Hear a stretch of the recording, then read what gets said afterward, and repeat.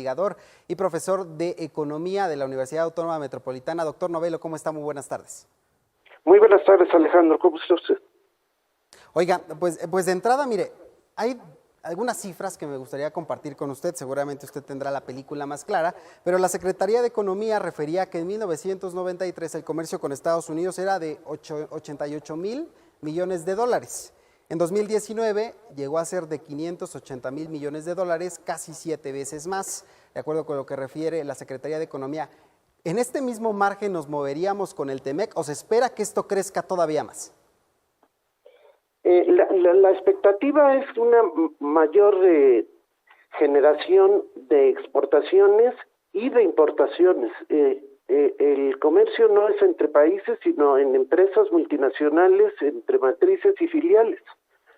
Es el comercio de América del Norte es fundamentalmente intraindustrial e intrafirma.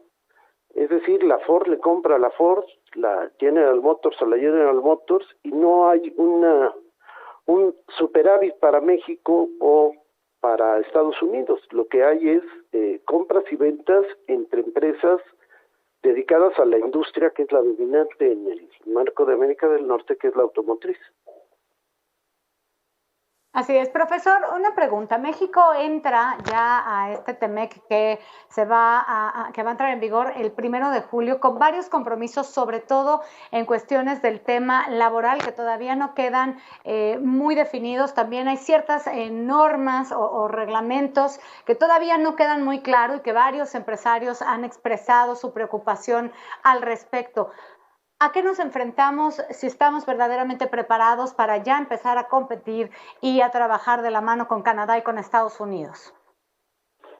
Buenas tardes, Berenice. El asunto fundamental es que México no participa en este comercio por la vía de tener grandes innovaciones tecnológicas, sino de tener salarios muy bajos. Eso es la ventaja que, si así se le puede llamar, que tiene México. El problema de la presión inicial en la renegociación del viejo tratado es que el asunto laboral se ha entendido en la lógica del presidente Trump como un mecanismo de salida de inversiones de territorio estadounidense para buscar los empleos peor remunerados en la región de América del Norte, y eso ha generado algunos lunares de modernización en la economía mexicana. La presión inicial en la que estaban de acuerdo Canadá y Estados Unidos era tener una gran reforma en materia laboral y que todas las autopartes se produjeran en establecimientos que pagaran $16 por hora. En México ese tipo de salario no se puede pagar, y lo que se acordó finalmente es que el 40% de esa producción puede $10 por hora. Los otros elementos son los que tendrían que ver con una serie de problemas que tiene la organización de los trabajadores en México, que es la falta de vida democrática, es el producto clave de una, digamos, cultura política muy débil de la clase trabajadora, y esto es lo que ha estado generando el producto, digamos, más acabado por el que México reaccionó, son las reformas a la Ley Federal del Trabajo. Estas ya venció el plazo en el que tienen que entrar en operación y estarían promoviendo una consulta más directa a los trabajadores para sus movimientos de revisiones contractuales y salariales y eventualmente movimientos huelguísticos. Es decir, no es un problema de estar en condiciones de ir de la mano a competir, sino la subordinación.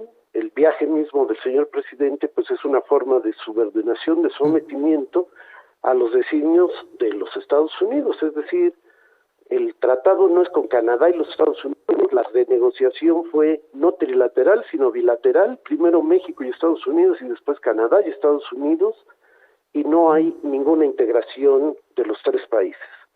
Entonces, esto es tan cierto como que el presidente va a ir solo a Washington, no va a ir el primer ministro canadiense a esta cuestión. Doctor Novelo, ahorita que toca este tema de las señales que se pueden generar con el TEMEC, vemos, por ejemplo, que el presidente Andrés Manuel López Obrador, este gobierno de pronto ha tomado algunas decisiones, sobre todo en materia energética, que han ahuyentado a la inversión, que han alertado a los inversionistas extranjeros para poder traer su capital a nuestro país. ¿Realmente este TEMEC podría poner candados, podría darle certidumbre a la inversión privada para que si se toman este tipo de decisiones, bueno, no sea contraproducente para México y al contrario, en lugar de atraer inversiones, se alejen?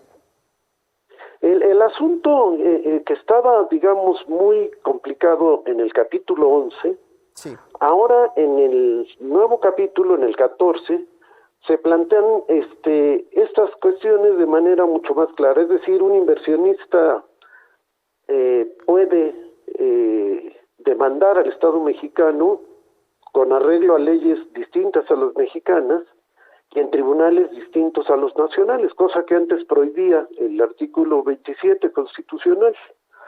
Lo que se está planteando en el caso del monopolio eléctrico, el argumento es la continuidad o la discontinuidad de las energías limpias y la reacción de sacar a México de los 25 destinos elegibles para la inversión extranjera directa es, en el sentido estricto del término, una intromisión en la política económica nacional. Es decir, las regulaciones desde el exterior, pues no pueden, la política económica se va a seguir. Esto de que se ahuyentan los inversionistas no es tan cierto, Iberdrola tiene muchos intereses y va a seguir en México a pesar de esta cancelación en Tuxpan, y además ya se está arreglando lo de entregarle el gas para que pueda realmente funcionar de manera híbrida esa planta. Entonces es una exageración esto de la retirada de la inversión extranjera. México es un buen destino para la inversión exactamente porque no tenemos ventajas competitivas, sino comparativas.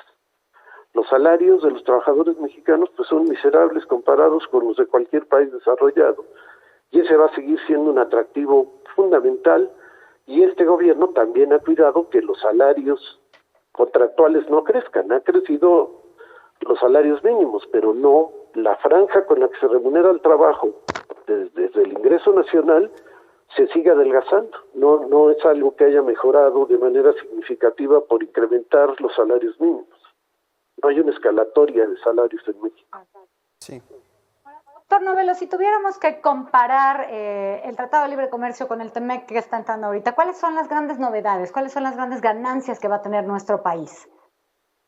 Nuestro país como tal puede tener la ventaja de una mayor ocupación maquiladora en estas condiciones en las que se da este funcionamiento de la economía. Nosotros ensamblamos cosas, aquí no le aportamos mayor innovación tecnológica. Sí. Doctor Novelo, para ser ensamblados aquí por los salarios que se pagan en México.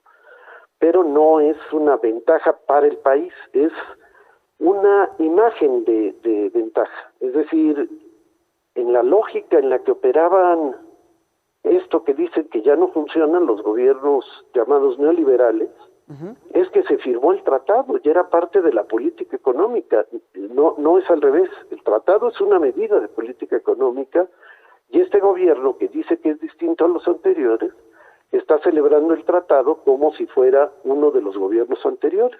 En realidad no hay ningún cambio en ese sentido, y las ventajas son mucho menos ahora. Le pongo el ejemplo de que en la inversión se cobija también a la especulativa, lo cual para México es una enorme contradicción. Tener una alta tasa de interés en términos reales, que sigue siendo muy alta la tasa de interés en México, y querer que crezca la economía, pues es como tocar el tambor y no querer hacer ruido. Es el tipo de frase que usaba Benito Juárez para plantear algunas de las paradojas de su gobierno. Entonces, el asunto es que ni siquiera tenemos, como pasó en 94, ni siquiera tenemos una versión escrita, ni siquiera está claro el tipo de ajustes normativos, pero lo que tenemos es un desmantelamiento de normas en materia económica que ya de por sí eran muy débiles en el caso mexicano, para ponerse al servicio de esta integración. Sí.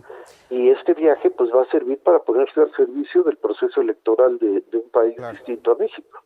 Ahora, doctor Novello, usted habla de que hay algunas condiciones importantes, algunos cambios. Veíamos también en el tema de las reglas de origen en el sector de automotriz. ¿Realmente el sector automotriz en México está listo para estos cambios, quizá que van a ser graduales, sin embargo, para implementar de entrada a partir del 1 de julio estas disposiciones, ¿se va a cumplir con esta norma? No, sin duda se va a cumplir. Es una norma que impuso el gobierno de los Estados Unidos. No solamente crecen las reglas de origen para efectos de tener componentes regionales en la producción automotriz, sino que la mitad de esos componentes tienen que ser estadounidenses. Claro que se va a cumplir si es una decisión del gobierno de Estados Unidos y una imposición que se le puso a Canadá y a México. Entonces, este asunto, en las implicaciones que tiene, pues está significando modificaciones de este tipo. Algo que ustedes no mencionaron, que es el capítulo de la agricultura, da lugar a que los experimentos de las transnacionales, o sea, alimentos transgénicos, por ejemplo, estén contemplados como una posibilidad de el mercado de América del Norte. Tenemos este papel de la inversión especulativa, tenemos en el capítulo 30 una prohibición de la política monetaria soberana, que ya de por sí, puesta en manos de un organismo autónomo como es actualmente el Banco de México, ya era muy complicada, pero el tipo de cambio, que sigue siendo una facultad del Estado mexicano y no del Banco de México, el tipo de cambio no puede variar, no podemos tener una política monetaria que permita la devaluación para hacer mejores las exportaciones mexicanas, porque está explícitamente prohibido. Ya hay una comisión que va a estar vigilando la política económica y especialmente la política cambiaria. Entonces tenemos una mayor adversidad en esta versión del tratado que en la anterior. El problema es que este señor que están proponiendo para la OMC y el mismo presidente, pues conocen muy poco del tratado y lo elogian como si realmente lo conocieran. Es una serie de condiciones que están significando para la economía mexicana el que nos tracen el destino desde las empresas transnacionales. Claro. Doctor Federico Jesús Novello, muchísimas gracias por estos minutos aquí en Mega Noticias TVC. Por supuesto, la fecha se acerca, es el próximo 1 de julio. Y de ahí para el Real, pues estaremos pendientes de estos cambios, de estas mejoras que pueda tener el TEMEC para nuestro país. Gracias, buenas tardes. Que esté muy bien, hasta luego. Hasta luego.